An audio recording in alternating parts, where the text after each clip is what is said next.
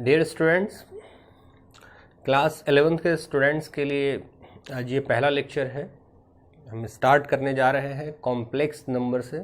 ठीक है, तो आइए हम लोग सीखते हैं कॉम्प्लेक्स नंबर को। तो कॉम्प्लेक्स नंबर क्या है, इसको जानने से पहले हम नंबर को जानना चाहेंगे, क्योंकि हम लोग किसी भी टॉपिक को पढ़ें तो सबसे पहले उसका हेडिंग क्या कहता है, उसके हेडिंग का क्या मीनिंग है, उसको समझना बहुत ज़रूरी है। तो कॉम्प्लेक्स नंबर तो हम बाद में समझेंगे, पहले हम यहाँ नंबर की बात करने जा रहे हैं कि नंबर क्या है। तो देखिए, नंबर क्या होता है, इसको आप ऐसे डिफाइन कर सकते हैं, number is a way, number is a medium to express the quantity. Number क्या है, एक वे है, एक मीडियम है, एक माध्यम है क्वांटिटी को एक्सप्रेस करने का। क्योंकि आपने फिजिक्स में पढ़ा होगा, क्वांटिटी किसको कहते हैं, विच कैन बी मेजर्ड, जिसको आप नाप सकते हो। तो अब भाई किसी भी चीज़ को आप नापोगे, जैसे अभी टेम्परेचर नापे आप, 35 डिग्री है, 40 डिग्री है, जो भी है, तो आप टेम्परेचर नापने के बाद बता किस में रहो, 35, 40, यानी कि नंबर्स में। तो नंबर क्या हो गया, is a way, is a medium to express the quantity. Number एक वे है, एक मीडियम है क्वांटिटी को एक्सप्रेस करने का, बताने का। ये तो हो गया। अब नंबर कैसे रिफॉर्म हो रहा है, नंबर कैसे बन रहा है, तो हम शुरुआत करते हैं नेचुरल नंबर से। ठीक है, देखिए, ऐसा नंबर जो हमको नेचर ने दिया था, प्रकृति ने दिया था। आदि मानव के युग से ही धीरे धीरे वो एक्टिविटीज करने लगे, तो वो चीज़ों को गिनने लगे। चाहे वो उनका वे ऑफ कम्युनिकेशन, यानी अलग अलग कम्युनिकेशन से अलग अलग लैंग्वेज डेवलप हुए हैं, जैसा कि साइंस का मानना है। तो अलग अलग कम्युनिकेशन से अलग अलग लैंग्वेज डेवलप हुए, तो वो किसी भी लैंग्वेज में, लेकिन वो मतलब चीज़ों को गिनने लगे थे। इसीलिए इसका नाम है नेचुरल नंबर। ऐसा नंबर जो हमको प्रकृति ने दिया है, जो कहाँ से स्टार्ट होता है, 1 2 3 4 5 dot dot dot up to infinity. ये हुआ नेचुरल नंबर। इसके बाद आता है होल नंबर। जब आर्यभट्ट जी ने जीरो को इन्वेंट किया, इसके साथ इंक्लूड कर दिया जाता है, तो फिर यही नंबर क्या कहलाता है, होल नंबर। इसके बाद जो नंबर है वो क्या है, इंटीजर, जेड और आई। ये इंटीजर्स नंबर क्या है, देखिए, आदि मानव धीरे धीरे सभ्य मानव बनने लगा था, वो लेन देन शुरू कर चुका था। तो उसको जरूरत पड़ी कि नंबर प्लस में भी हो, नंबर माइनस में भी, क्योंकि प्लस माइनस हमारे लाइफ में बस एक ही चीज बताता है। प्लस माइनस का काम है दिशा बताना, डायरेक्शन बताना। अगर 10 रुपीज आपको हम दे रहे हैं तो आपके लिए +10 है, 10 रुपया हम आपसे ले रहे हैं तो आपके लिए -10 है। तो प्लस माइनस का काम है दिशा बताना। 10 टकिया उधर गया तो +10, 10 टकिया इधर आया तो आपके लिए -10। तो सर, प्लस माइनस का काम है दिशा बताना। तो ये जो आदि मानव थे, ये धीरे धीरे सभ्य मानव बनने लगे। ये नंबर्स की जरूरत पड़ी कि जो नंबर प्लस में है उसको माइनस में भी लिया जाए, और ये भी इधर माइनस इन्फिनिट तक चला। तो नंबर्स की जो दुनिया है, ये क्या कहलाया, आपका कहलाया इंटीजर्स, जिसको जेड या आई से नोट करते हैं। अब ये क्या है, रेशनल नंबर, क्यू। क्यू में कैसे नंबर रखे गए, एक्स। एक्स कैसा होगा, तो बताया गया कि एक्स जो है वो p/q के फॉर्म का होगा, जहां वेयर ये सच दैट बता रहे कि एक्स का क्या फॉर्म होगा, वेयर ये जो q है वो 0 नहीं होगा। ठीक है, ये जो सेटअप है नंबर्स का, p/q का जो फॉर्म है, ये आपका कहलाया रेशनल नंबर, जिसको q से हमने डिनोट किया। फिर यहीं पर आगे आता है इरेशनल नंबर। इरेशनल नंबर क्या है, वह सारे नंबर जो के जिसको के हम एक्सप्रेस नहीं कर सकते हैं इन द फॉर्म ऑफ p/q, या उसका फॉर्मेट कहलाया ऐसा कि अगर x हो तो x कैसा होगा, x = a + √b। ठीक है, या a + b √r, कुछ भी इस तरह से रूट वाला सिस्टम रहेगा, या a + √b, ऐसे भी कह सकते हैं।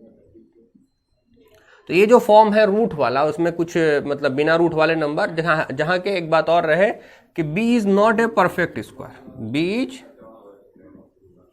Not a perfect square. b जहां परफेक्ट स्क्वायर, यानी ऐसा वैल्यू जो रूट से बाहर ना सके, यानी ऐसा चीज जो रूट में फंसा रह गया। जैसे कि एग्जाम्पल के तौर पे ले लूं, ये √2, √3 या 1 + √3 या 5 प्लस रूट 2, ये सारे के सारे नंबर ये जो देख रहे हैं आप, ये इरेशनल नंबर है। आपके क्लास 10th में एक क्वेश्चन भी था कि प्रूफ करिए रूट 2 एक इरेशनल नंबर। आप पता है तो कैसे प्रूफ करते थे? मानते थे कि भाई रूट 2 रेशनल है, मैं इसको पी बाई क्यू के फॉर्म में लिख सकता हूं, और लास्टली आप पाते थे कि आप उसको पी बाई क्यू के फॉर्म में नहीं लिख सकते। इट मीन्स दैट रूट 2 एक रेशनल नंबर नहीं बल्कि इरेशनल नंबर। इरेशनल का मतलब वही हुआ, रेशनल नहीं। तो खैर, नंबर्स की जो दुनिया देख रहे हैं आप, natural, whole, integer, rational, irrational, ये नंबर्स की पूरी दुनिया जो है, इसका रियलिटी में कुछ ना कुछ वैल्यू जरूर है। इनका रियलिटी में कुछ ना कुछ वैल्यू जरूर है। इन्हीं को कहा जाता है रियल नंबर, और इसको हम लोग किससे डिनोट करते हैं? कैपिटल आर से। ये सारे number natural, whole, integer, rational, irrational, ये सारे के सारे रियल नंबर कहलाते हैं, क्योंकि इनका रियलिटी में कुछ ना कुछ वैल्यू है। अब नंबर की दुनिया सिर्फ रियल नंबर तक सीमित नहीं है, क्लास 10 तक आप इतने जानते हो, लेकिन अब मैं आपको बताता हूं कि नंबर्स इमेजिनरी भी होता है। और इमेजिनरी नंबर से जो दुनिया को इंट्रोड्यूस कराया वो था यूलर, जिसने दुनिया को आयोटा से इंट्रोड्यूस कराया।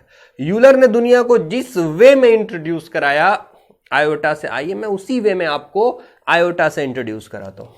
यूलर ने समझाया कि भाई अगर रूट के अंडर में 25 है तो आपका इसका क्या वैल्यू आता है? Plus minus 5। कैसे आता है प्लस माइनस 5 वो भी देखिए। तो क्या है कि 25 के ऊपर जो रूट है, रूट का मतलब होता है 1/2 पावर, ठीक है। अब 25 जो रूट के अंदर बंद है, यानी 1/2 पावर के अंदर है, जिस जेल में बंद है, अगर ये बाहर आना चाहता है तो इसको अपने आप पे स्क्वायर क्रिएट करना पड़ेगा, 5 का स्क्वायर, ताकि वो ये ब्रैकेट तोड़े तो 2 और 1/2 मल्टीप्लाई होके कैंसिल हो जाए, सिर्फ 5 बचे। लेकिन क्या आप ये बताइए, 25 के माथा पे लिखा हुआ है कि ये सिर्फ 5 का स्क्वायर होगा। मैं चाहूं तो 25 को -5 का स्क्वायर भी लिख सकता हूं, टू दी पावर 1/2। ये फिर अब ब्रैकेट तोड़िए, 2 और 1/2 मल्टीप्लाई कैंसिल है, -5 बाहर आए, तो इससे क्या वैल्यू हो गया? 2 वैल्यू, प्लस माइनस 5। तो सर हमको ये बताना मकसद नहीं है कि रूट से जब वैल्यू निकलता है प्लस माइनस क्यों होता है, हम ये दिखा रहे हैं कि रूट से कोई फ्री कैसे होता है। तो अब यूलर ने इस बात को जब वो दिखा दिया था, अब उन्होंने एक इक्वेशन लिया। कौन सा इक्वेशन लिया? x² + 1 = 0। इसमें 1 को उठा के उधर भेजा, क्या हो गया? -1। स्क्वायर उधर भेजा, रूट अंडर -1। अब रूट अंडर -1 का मतलब आप समझ रहे हैं, -1 पे हाफ पावर। अगर ये चाहता है कि हम यहां से बाहर निकलें, यहां से फ्री हो जाए, तो -1 को किसी न किसी वैल्यू का स्क्वायर लिखना पड़ेगा। अब इत्तेफाक ऐसा है कि -1 किसी भी रियल नंबर का स्क्वायर होगा नहीं, किसी भी रियल नंबर का स्क्वायर करेंगे वो -1 आएगा नहीं। मैंने -1 की वजह से 25 के बदले आपने लिखा ना, चाहे तो 5 का स्क्वायर, चाहे तो -5 का स्क्वायर, फिर वो ब्रैकेट तोड़ा, स्क्वायर रूट कैंसिल हो गया था। लेकिन ये बेचारा हमेशा रूट में फंसा रहेगा, इसीलिए आज तक इसके वैल्यू का पता किसी को नहीं चला है। ये मेरे लिए कल्पना मात्र है, इसीलिए इमेजिनरी वर्ड के फर्स्ट लेटर आई से हम और आप इसको डिनोट करते हैं। इमेजिनरी वर्ड का जो फर्स्ट लेटर है आई, और इसको हम लोग आयोटा पढ़ते हैं। यानी कि जान लीजिए, आज तक ना किसी को रूट अंडर -1 का वैल्यू पता है, ना आने वाले दिनों में रूट अंडर -1 का वैल्यू किसी को पता लग पाएगा। ठीक है, इतना आप समझ गए। अब ऐसा है थोड़ा सा कि यहां पर आप 2x लिखते हो, 3x लिखते हो, 5x लिखते हो, -7x लिखते हो। अगर आपको बता दिया जाए x का वैल्यू 2 है, अगर आपको बता दिया जाए x का वैल्यू कितना है भाई? 2 है, तो जैसा कि आप देख पा रहे हो यहाँ पे 2x है, यहाँ पे 3x है, ठीक है, यहाँ पे ये 5x है, यहाँ पे -7x है। अगर x का वैल्यू 2 बता दिया जाए तो ये 4 बन जाएगा, ये 6 हो जाएगा, ये 10 हो जाएगा, ये -14 हो जाएगा। तो मैं यहीं पे बोलना चाहता हूं आपसे, अगर x का वैल्यू पता नहीं रहे, अगर x का वैल्यू पता नहीं रहे तो फिर ये लोग भी लापता हो जाएगा। अगर x का मान नहीं पता तो ना 2x का वैल्यू पता है, ना 3x का, ना 5x का, ना -7x का।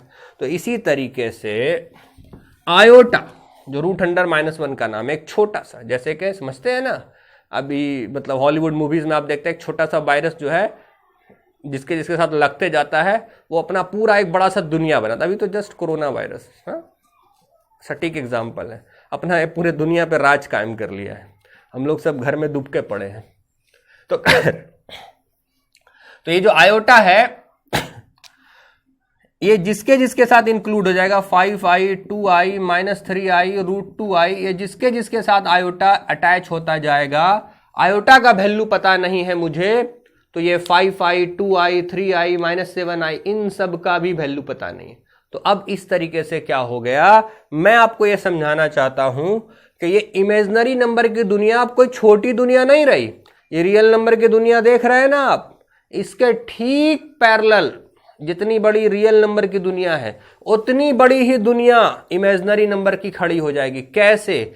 जितना रियल नंबर है सब के साथ आई लगाते चलिए, तो जब आई का वैल्यू पता नहीं तो 2i का वैल्यू पता नहीं, आई का वैल्यू पता नहीं तो 5i का वैल्यू पता नहीं, आई का वैल्यू पता नहीं तो 6i का वैल्यू पता नहीं। मतलब ये पूरा जो रियल नंबर की दुनिया है ठीक इसके पैरेलल इमेजिनरी नंबर की दुनिया खड़ी हो गई।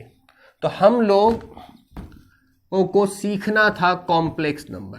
कॉम्प्लेक्स नंबर सीखने से पहले हम स्टार्ट कर दिए समझना कि भाई नंबर क्या होता है। तो नंबर पे डिस्कशन करते करते पता चला मुझको कि नंबर कै तरह का होता है भाई। नंबर पे डिस्कशन से मुझको पता चला कि नंबर दो तरह का होता है, एक रियल नंबर और दूसरा इमेजिनरी नंबर। और कितनी बड़ी दोनों दुनिया है, जितनी बड़ी रियल नंबर की दुनिया ठीक उतनी ही बड़ी इमेजिनरी नंबर की दुनिया। तो ये नंबर पर डिस्कशन मेरा हो गया। अब हम आते हैं कॉम्प्लेक्स नंबर, जो आपका हेडिंग है, जो आपका टॉपिक है, उस पे बात कर रहे हैं। तो सर ये कॉम्प्लेक्स का मतलब क्या होता है? अगर ये आपको कॉम्प्लेक्स वर्ड को समझना हो तो आप मेरे साथ या अकेले भी किसी मार्केट में चले जाओ, वहां बहुत सारे कॉम्प्लेक्स बने होते हैं।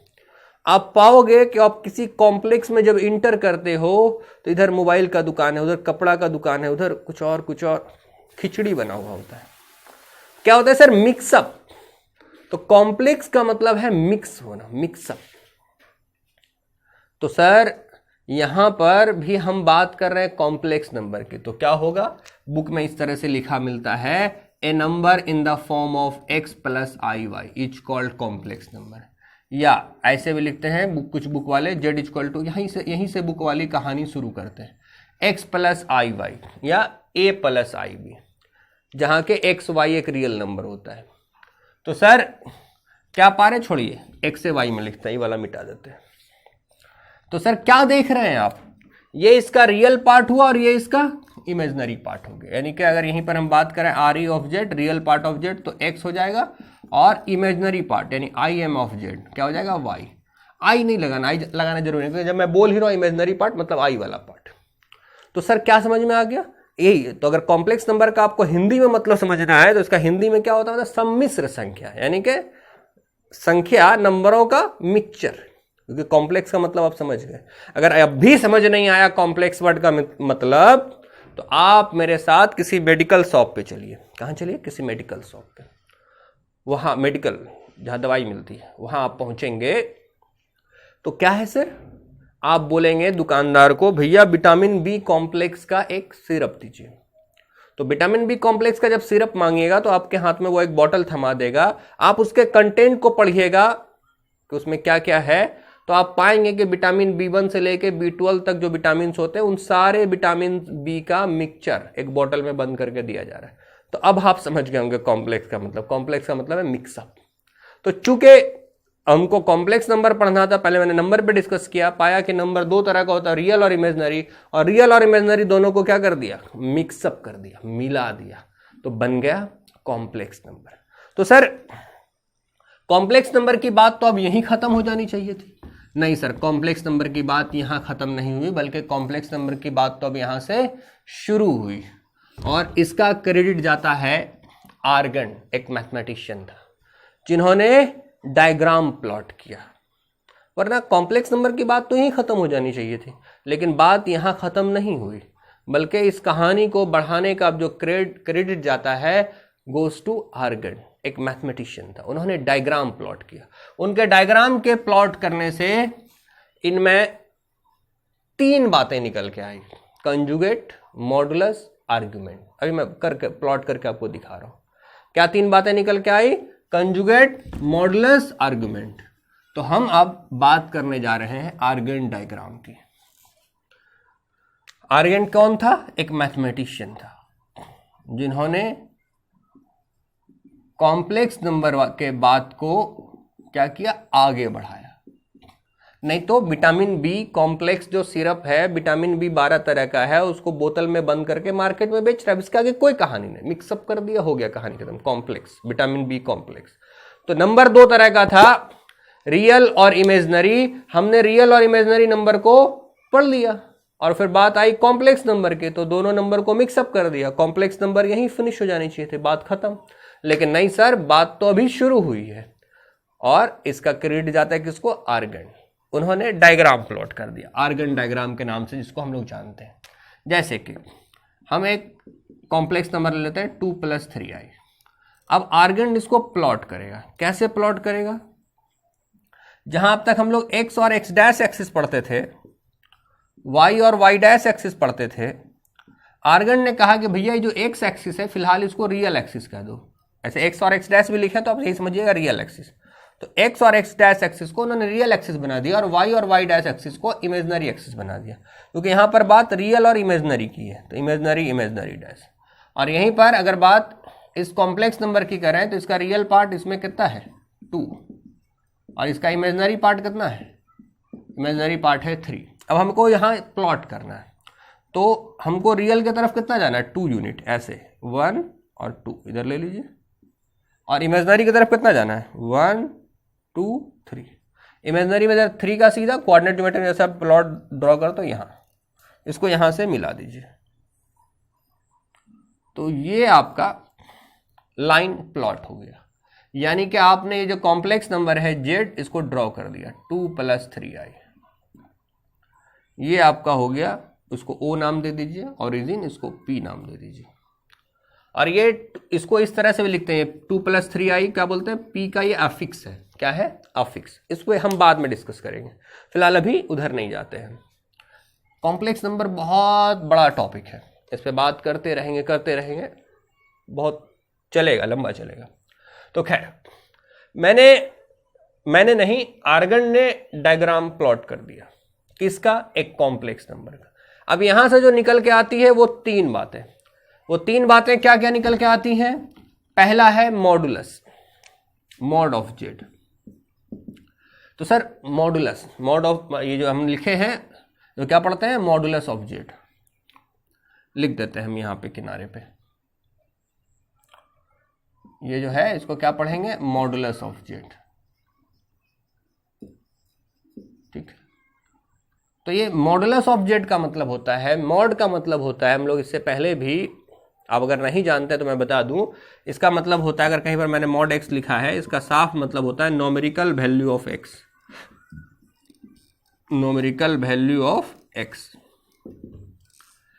एक्स का नोमेरिकल वैल्यू, मॉड, यही बताता है। इसीलिए कहा जाता है अगर 5 मॉड में हो तो भी 5 लिखिए और -5 हो तो भी 5 लिखिए।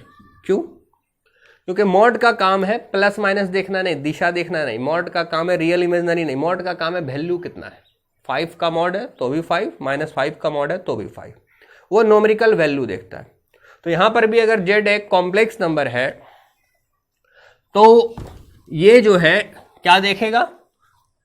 इसका मैग्नीट्यूड देखेगा, यानी O से लेकर के P तक की दूरी देखेगा। तो O से लेकर के P तक की दूरी कितनी हो जाएगी? O से लेके P तक की दूरी कितनी हो जाएगी? तो ध्यान से देखिए, ये एक राइट एंगल ट्रायंगल बनता दिख रहा होगा आपको, जिसमें से ये OP हाइपोटेनियस है। हाइपोटेनियस बराबर क्या होता है? √P² + B²। P कितना है सर? ये यहाँ, और ये B है, यानी कि 2² + 3²। अगर हम इसी को अब जनरलाइज कर दें, 2 के जगह x लिख दें और यहाँ y कर दें, तो यहाँ पर भी ये x हो जाएगा और प्लस यहाँ पर भी ये y हो जाएगा। अब ये इतना सा दूरी x है और इतना सा दूरी y है। तो अब अगर हम इसको जनरलाइज कर रहे हैं तो यहाँ लिखेंगे x² और यहाँ लिखेंगे y²। तो क्या हो गया? एक कॉम्प्लेक्स नंबर जो z = x + iy है, उसका मॉड ये हो गया। अब यहीं पर एक बात होती है जेड पे बार, ये सिंबल जो देख रहे हैं इसको जेड बार पढ़ते हैं, या इसका दूसरा नाम है कंजुगेट ऑफ जेड। क्या पढ़ते हैं इसको दूसरा नाम? Conjugate of Z. यहाँ पर लिख देते हैं, क्या पढ़ते हैं इसका एक और नाम है कंजुगेट ऑफ जेड। ये जेड का कंजुगेट भी इसको बोलते हैं, या जेड बार भी पढ़ सकते हैं आप इसको। तो इसमें क्या होगा, ये जो आप देख रहे हैं ना ओपी, इसको पलट देते हैं, ये नीचे आ जाएगा ऐसे, ये नीचे आ जाएगा, तो यहां आगे हो गया इसका नाम पी डैश। क्या अंतर पड़ गया? एक्स तो वही रहा, ये जो वाई ऊपर था वही वाई नीचे आ गया। तो नीचे आने पे तो ये तो आप पढ़े हो कोऑर्डिनेट में, या कोऑर्डिनेट में इतना तो आप 10th में आप पढ़ चुके हो, समझ रखते हो आप कि ऊपर लेंगे तो प्लस, नीचे आ जाएगा तो माइनस हो जाएगा। तो अब यहां पे जेड इक्वल टू क्या हो गया, एक्स वाई के जगह माइनस वाई रखेंगे तो हो जाएगा एक्स माइनस आई वाई। अब ये जेड नहीं सर, ये जेड बार है, क्योंकि ये लाइन और ये लाइन दोनों अलग अलग है। वो जेड है तो ये जेड कंजुगेट है। तो क्या सीख लिए, अगर जेड एक्स प्लस आई वाई है तो जेड कंजुगेट क्या होगा, एक्स माइनस आई वाई। और हाँ, यहीं पे अगर यहां माइनस होता तो फिर यहां प्लस, यानी कि जो बीच रियल और इमेजिनरी के बीच का जो सिंबल है वो चेंज हो जाएगा, प्लस है तो माइनस हो जाएगा, माइनस है तो प्लस हो जाएगा। ये हो गया कंजुगेट ऑफ जेड। अब यहीं पर क्या है, ये जो लाइन ओपी है makes an angle theta with real axis, ये थीटा बना रहा है रियल एक्सिस के साथ। तो ये जो थीटा है जिसको आप अगर निकालेंगे तो ये फिलहाल टेन इनवर्स निकलेगा वाई बाई एक्स, यानी टेन थीटा इक्वल टू अगर हम पकड़े तो क्या हो जाएगा, वाई बाई एक्स हो जाएगा। तो थीटा इक्वल टू क्या हो जाएगा, tan inverse Y by X. इस पे बात करेंगे बहुत अच्छे से। यही थीटा जो है यही क्या कहलाता है, आर्ग्यूमेंट ऑफ जेड। तो सर यहां पर तीन बातें निकल के आई, एक आर्ग्यूमेंट, एक मॉडुलस और एक कंजुगेट। कंजुगेट, मॉडुलस, आर्ग्यूमेंट, तीन बातें निकल के आई। किसके ड्रॉ करने से, क्या ड्रॉ करने से, आर्गेंट के डायग्राम प्लॉट करने से। किसके डायग्राम के प्लॉट करने से, कॉम्प्लेक्स नंबर का। जब उन्होंने डायग्राम प्लॉट किया तीन बातें निकल के आई, मॉडुलस, कंजुगेट, आर्ग्यूमेंट। और ध्यान रहे, अभी चूंकि मैं डिस्कशन अभी इधर की तरफ नहीं जाके हम वापस पीछे मुड़ने वाले हैं, तो हम सिर्फ आपको इतना बता देते हैं, इस मॉडुलस में 8-10 प्रॉपर्टी है, कंजुगेट में 8-10 प्रॉपर्टी है, आर्ग्यूमेंट में 6-7 प्रॉपर्टी है। ये सारे प्रॉपर्टीज जो है क्वेश्चंस को बड़ा मजेदार बनाते हैं, बहुत ट्विस्टेबल। मेंस एडवांस में खूब मजा आता है ये सब करने में। तो फिलहाल और सबसे लास्ट में जब मेरा सारा लेक्चर हो जाएगा तो सबसे लास्ट में हम आपको मेंस और एडवांस के क्वेश्चंस को एक लाइन से करवा देंगे। तो खैर फिलहाल हम एकदम बेसिक से सीख रहे हैं कॉम्प्लेक्स नंबर। तो कॉम्प्लेक्स नंबर बहुत कुछ नहीं था, सिंपली समझ रहे हैं कि नंबर पहले मैंने जाना रियल इमेजिनरी, दो तरह का हुआ, रियल इमेजिनरी को मिक्स कर दिया, हो गया कॉम्प्लेक्स नंबर। और कॉम्प्लेक्स नंबर की कहानी वहीं खत्म हो जानी चाहिए थी, लेकिन कहानी वहां खत्म हुई नहीं, कहानी तो आगे बढ़ गई। कैसे आगे बढ़ गई, इसका क्रेडिट जाता है आर्गेंट को। आर्गेंट ने कहानी को खींच दिया। कैसे खींच दिया, डायग्राम प्लॉट करके। तो खैर इधर तो हम बढ़ेंगे आगे, अभी बहुत सफर इधर बाकी है।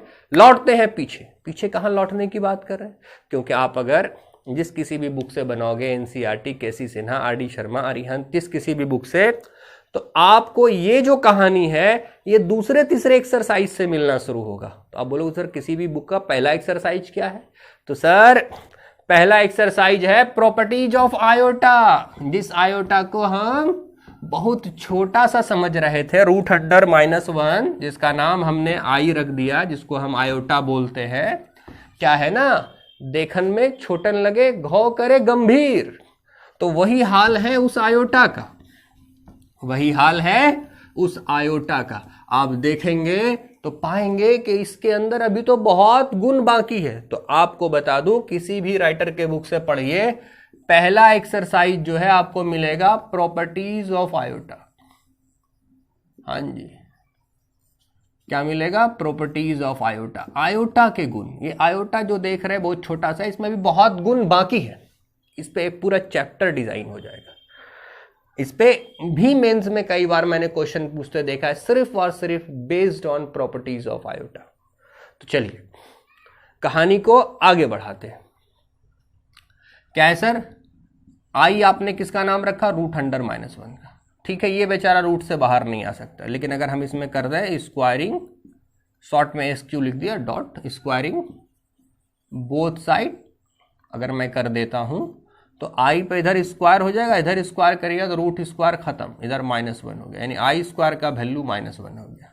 अगर यहीं पे हम अगेन स्क्वायरिंग कर दें, दोबारा फिर से स्क्वायरिंग बोथ साइड, दोबारा से फिर से स्क्वायर कर दें तो आई स्क्वायर का स्क्वायर i4 हो जाएगा और -1 का स्क्वायर +1 हो जाएगा।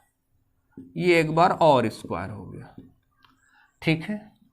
अब ये जो आप देख लिए, ये जो 2-3 फॉर्मूला हो गया, देखिए इसमें ट्विस्ट कहाँ आता है।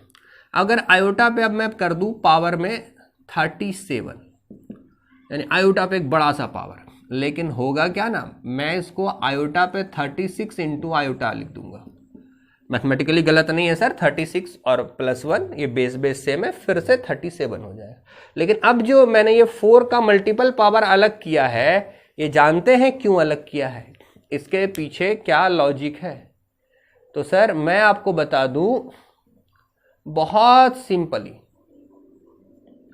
क्या है सर, ये जो है आयोटा पे मैं इसको लिख सकता हूं 4⁹ इंटू आयोटा। क्या लिख सकता हूं sir? Iota to the power 4⁹ into iota. और आयोटा पे 4 पावर का वैल्यू होता है 1, और 1 पे कितना पावर हो जाएगा? 1 ही। तो 1 इंटू आयोटा, फाइनली ये आयोटा बन जाएगा। तो क्या सीखे, मतलब आप क्या सीखे कि आयोटा पे बड़ा से बड़ा पावर हो, 36 पावर हो, 45 पावर हो, कितनों बड़ा से बड़ा पावर हो, ये रिड्यूस होके छोटा बन जाएगा। इसमें हम इतना स्टेप चलने नहीं जाएंगे, सीधा आयोटा का जो 4 पावर का जो मल्टीपल है वो अलग करेंगे और सीधा वो वैल्यू 1 हो जाएगा। जैसे फिर से देख लीजिए एक आध क्वेश्चन और, आयोटा टू दी पावर 45। अब इसमें हम आयोटा पे जो 4 का मल्टीपल पावर है 44, उसको अलग करेंगे और आयोटा। अब आयोटा पे जो 44 है, जो 4 का मल्टीपल है, इसको अब डायरेक्ट 1 लिख देंगे, तो 1 इंटू आयोटा, आयोटा हो गया। तो क्या सीख रहे हैं आप? आयोटा पे बड़ा से बड़ा पावर रिड्यूस होकर छोटा होता है, यही तो है आयोटा की सबसे बड़ी गुण। अब देखिए आयोटा में 1-2 गुण और होता है, वो क्या है? आयोटा के 4 कंसेक्यूटिव पावर्स का जो सम होता है वो 0 होता है। आयोटा के 4 कंसेक्यूटिव पावर का जो सम होता है वो 0 होता है। आप देख सकते हो सम ऑफ, ठीक है मैं लिख दे रहा हूं, sum of 4 consecutive power of iota is 0। Iota के 4 लगातार पावर का जो सम है वो 0 होगा। कैसे? देखिए मैं इसको जनरली करता हूं, iota to the power n plus n का वैल्यू कुछ भी हो, iota to the power n plus 1, iota to the power n plus 2, iota to the power n plus 3, ये सर क्या होगा? 0 होगा। कैसे होगा इसका प्रूविंग देख लीजिए। चलिए शुरू करते हैं। ये चारों का पावर का सम, आयोटा पे 4 लगातार पावर का सम क्या होना है सर? 0 होना है। कैसे होना है देखिए, iota to the power n यहां भी है, ये जो देख रहे हैं iota to the power n plus 1, इसको आप लिख सकते हैं iota to the power n into iota to the power 1। तो iota to the power n यहां भी है, iota to the power n यहां भी है, iota to the power n यहां भी है, iota to the power n यहां भी है। तो आइए iota to the power n हम कॉमन ले लेते हैं। तो sir iota to the power n हम यहां कॉमन लेंगे तो ये बचेगा 1 plus I square plus I cube. LHS को लेके हम काम आगे बढ़ा रहे हैं, लेफ्ट हैंड साइड को।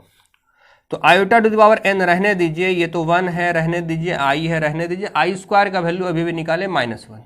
और ये जो आई क्यूब देख रहे हैं ना, इसको लिखेंगे आई स्क्वायर इंटू आई। आई स्क्वायर का वैल्यू -1 इंटू आई, क्या हो जाएगा सर? -आई। तो ये हो गया आपका -आई, आई कट गया, 1 कट गया, फाइनली हो गया iota to the power n into 0 यानी कि 0। तो क्या पाया आपने? आयोटा के 4 लगातार पावर का सम 0 होता है। अब इसका क्वेश्चन पे अप्लाई कैसे होगा, कैसे कैसे क्वेश्चन हो सकते हैं, तो आइए देखते हैं क्वेश्चन। अब एक क्वेश्चन लेते हैं जो एक बार स्टेट इंजीनियरिंग का पूछा हुआ क्वेश्चन है, आइए उसको करते हैं।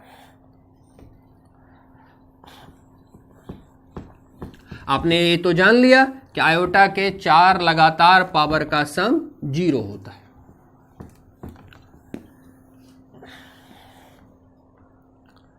तो देखिए क्वेश्चन था sum of iota to the power k where k equal to 1 to 30। क्या था हेडिंग? इवेल्युएट। इसको इवेल्युएट करिए। क्या करना है? इसको इवेल्युएट करना है। तो ऐसा है कि ये थोड़ा सा देखिए कॉम्प्लेक्स तो है ही। ये जो सिंबल देख रहे हैं ये ग्रीक वर्ड का सिंबल है सिग्मा, जिसका मतलब होता है सम, जोड़। और ये होता है कहाँ से कहाँ तक जोड़। अगर हम सिग्मा को हटाएं तो इसका मतलब है कि के जगह 1 से शुरू करना है, 1 फिर 2 फिर 3 करते करते कहाँ तक जाना है? ये करते करते 13 तक जाना है। यानी आयोटा टू द पावर पहले बीच में 12 भी आएगा फिर 13, कंटिन्यूअस वे में 1 से लेकर 13 तक के पावर का सम। ये ग्रीक लैंग्वेज का सिंबल है सिग्मा, जिसका मतलब होता है समेशन, जोड़। कहाँ से कहाँ जोड़? तो ये इसका जोड़। और ये क्या बोलता है? 1 से लेकर 13 तक कर दिया मैंने। अब देखिए अगर आपने अभी अभी जो चीज़ पढ़ा है उसके हिसाब से सोचिए तो ये 4 का पेयर बनाइएगा तो 3 ठो बनेगा 12 तक में, और इन सब का जोड़ 0 हो जाएगा। बचेगा कौन? सिर्फ आयोटा पे 13। और 13 को लिख सकते हैं आयोटा पे पावर 12 इंटू आयोटा पे 1, और आयोटा पे पावर 12 का मान होता है 1 इंटू आई हो गया आई। तो इस तरीके से प्रॉपर्टीज ऑफ आयोटा के बेसिस पे इस तरह का क्वेश्चन बनाना बड़ा आसान होगा। वरना तो हमको ये 12 पावर को एक एक करके सॉल्व करते फिर जोड़ते घटाते कितना लंबा होता। या फिर एक अल्टरनेटिव ऑप्शन है इसका जीपी के फॉर्मूला पे जाके बनाने का। लेकिन हमने अभी अभी सीख लिया है कि 4 लगातार पावर का सम क्या होता है? 0 होता है। तो फिर तो कोई दिक्कत नहीं। एक 2000 के टाइम में एक क्वेश्चन था जो कि जेईई एडवांस यानी कि आईआईटी में पूछा हुआ है। इजी क्वेश्चन है। अब लेवल थोड़ा बढ़ गया है। अभी के लेवल्स को देखिएगा तो धीरे धीरे हर साल लेवल जो है वो राइज करता चला जा रहा है। फिलहाल मैं एक क्वेश्चन ले रहा हूँ। फिलहाल अभी जो कि बेसिक्स आपको समझाना है। तो क्वेश्चन था 1 + i / 1 - i to the power m = 1। कह रहा है then find the least positive integral value of m का लीस्ट पॉजिटिव इंटीग्रल वैल्यू बताइए। क्या दिया हुआ है? 1 + i / 1 - i to the power m = 1। ये हमको दिया हुआ है, गिवन है। चाहिए क्या फाइंड करनी है? फाइंड करनी है least positive integral value of m के लीस्ट पॉजिटिव इंटीग्रल वैल्यू चाहिए मुझको। तो ये जो सेटअप देख रहे हैं ना, पहले इसको पहले रफ में हम पहले इस पे काम करते हैं, क्योंकि हमने अभी अभी सीखा है कि ये जो आयोटा वाला सेटअप होता है ना, ये रिड्यूसेबल होता है। बड़ा से बड़ा फॉर्म, बड़ा से बड़ा पावर सिंप्लीफाई होके छोटा हो जाता है। तो आइए इसको रिड्यूस करते हैं, छोटा करते हैं। तो हम ये जो 1 - i देख रहे हैं इसको रेशनलाइज करेंगे, यानी अल्टरनेट सिंबल जो है नीचे वाले के 1 - i है तो 1 + i से ऊपर नीचे मल्टीप्लाई एंड डिवाइड करेंगे। अब क्या हो जाएगा? ये a - b और ये a + b हो जाएगा, a² - b²। और ये 1 + i सेम है तो हो गया 1 + i पे होल स्क्वायर। अब इसका होल स्क्वायर तोड़ देंगे, a² + b² + 2ab। और बाय यहाँ i² का वैल्यू हो जाएगा -1, और ये माइनस हो जाएगा +1, और एक 2 हो जाएगा। आगे बढ़ते हैं तो i² का वैल्यू होता है -1 + 2i/2। ये -1 + 1 कट गया, 2 कट गया, क्या हो गया? i। तो क्या पाए आप कि ये जो सेटअप है ये रिड्यूस होके सिंप्लीफाई होके इसके बदले हो गया i। अब कहानी बचा i to the power m = 1। अब आप बताओ m का वैल्यू क्या होगा? ऐसे तो किसी पर भी 0 / 1 होता है, या i पे 1 पावर होने के लिए 4 या 4 का मल्टीपल पावर बहुत सारा है जिसके लिए 1 होगा। लेकिन मैंने जो यहां पर वर्ड लगा रखा है लीस्ट पॉजिटिव इंटीग्रल, सबसे छोटका पॉजिटिव इंटीजर, तो वो कोई और नहीं m का वैल्यू 4 होगा। सबसे छोटका पॉजिटिव इंटीजर 4 ही होगा, क्योंकि देखिए सर 0 नहीं ले सकते, क्योंकि 0 ना पॉजिटिव होता है ना निगेटिव होता है। पॉजिटिव की बात हो रही है तो 1 और 2 और 3 में तो होगा नहीं, सबसे कम 4 ही है, जिसको i पे पावर में डालूं तो वो 1 देगा। तो इस तरीके से आयोटा के प्रॉपर्टीज पे बेस्ड पूरा एक चैप्टर है। कई तरह के क्वेश्चंस हैं। मैं चाहूँगा आज का लेक्चर को यहीं पे फिनिश्ड आउट करके कि आप किसी भी राइटर के बुक से आयोटा पर जो बेस्ड, फुल्ली आयोटा पे बेस्ड जो प्रॉपर्टी पे क्वेश्चंस है वो आज आप ट्राई करके रखें। फिर कल हम कुछ क्वेश्चंस को लेते हुए अगले कॉन्सेप्ट की तरफ आगे बढ़ेंगे। आज के लिए इतना ही।